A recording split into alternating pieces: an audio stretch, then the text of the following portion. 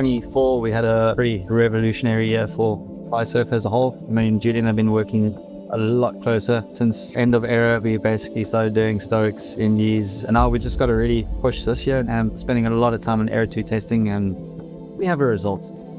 When it comes to designing the ERA, we went through a few prototype rounds where we were just like trying to improve the original ERA with small changes, and we really just didn't get a result. And eventually we got Maxi involved, and we were let's do something drastic because nothing's working, and that was literally the birth of ERA². You'll notice on the new ERA, like the tips are way more swept, more pointy, the arc is more closed. We've got more of a pivot, I'd say, from the tip, which actually helps with second lifts and stability as well. Stability, vertical takeoffs. We really needed to take a big step to make sure that we got a difference in performance, an increase in performance, without losing characteristics from the original ERA. So if you've ridden ERA1, you will definitely know what ERA² is all about. The usability of it is way friendlier. There's a little bit more feedback from the kite, and then also just the slight slowdown in turning speed just allowed for lift, hang time, second lift to get way better. There's always room for improvement, and I think we found quite a few improvements on the ERA² to really push your performance in bigger. The ERA would be made for absolutely anyone. Pro riders, your intermediate, weekend warrior, my dad. Shout out. Yeah, big shout out. He was hesitant in switching because he was pretty loyal with what he was riding before, and he loved it. I know when I made the switch, I loved it. Luca made the switch, he loved it. We could be here for a while naming people. So I think anyone, absolutely anyone can use the kite, and that's also who it's made for.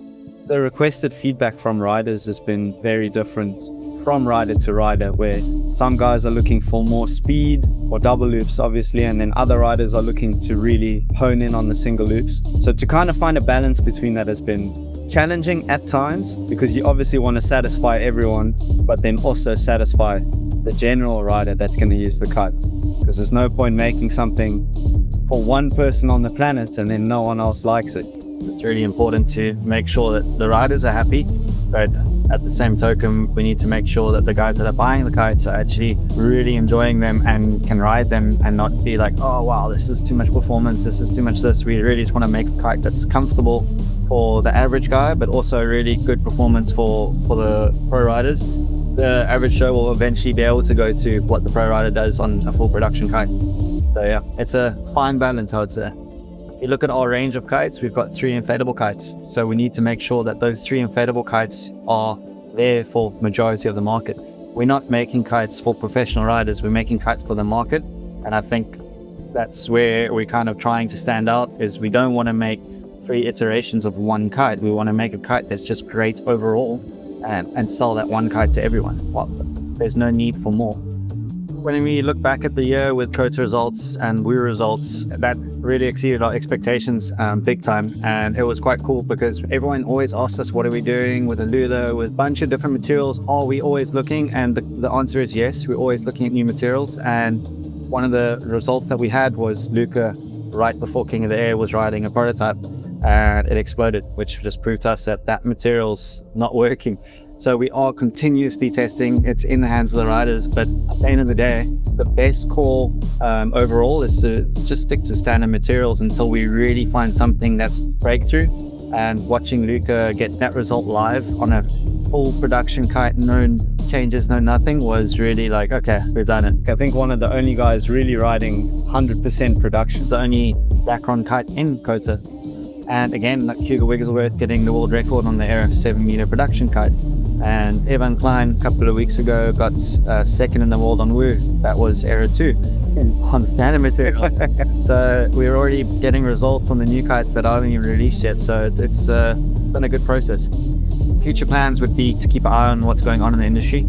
So a few big plans in the pipe work.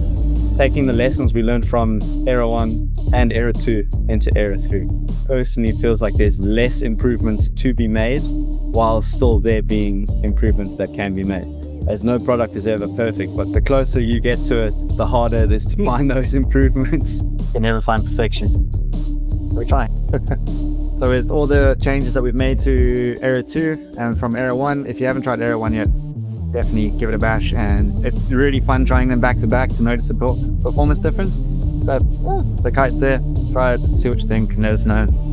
We're very open to for the public telling us what they want to be changed and how they want the kite. And we can only try harder. That's it. That's a wrap.